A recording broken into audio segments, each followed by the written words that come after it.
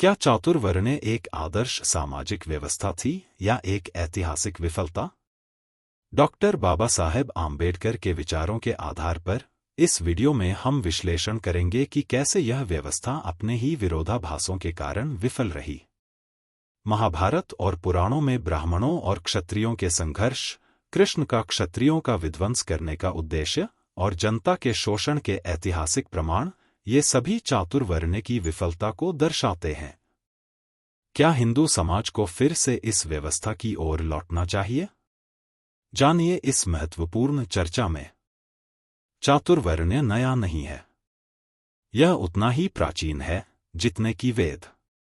इसीलिए आर्य समाजियों ने हमसे अनुरोध किया है कि उनके दावों पर विचार किया जाए। यदि चातुर्वर्ण्य पर सामाजिक संगठन के रूप में भूतकाल से विचार किया जाए तो पता चलेगा कि इसकी आजमाइश की गई है और यह असफल रहा है। कितनी बार ब्राह्मणों ने क्षत्रियों का बीज मिटाया है? कितनी बार क्षत्रियों ने ब्राह्मणों का नाश किया है? महाभारत और पुराण ब्राह्मणों और क्षत्रियों के बीच हुए संघर्षों से भरे पड़े हैं। यहां तक कि वे ऐसे तुच्छ मामलों में झगड़ बैठे थे कि पहले प्रणाम कौन करेगा।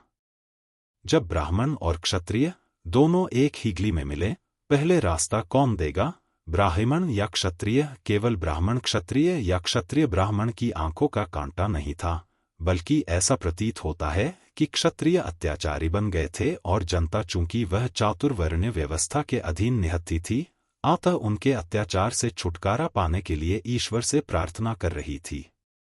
भागवत में यह स्पष्ट रूप से कहा गया है कि कृष्ण के अवतार लेने का केवल एक ही पवित्र उद्देश्य था और वह था क्षत्रियों का विध्वंस करना।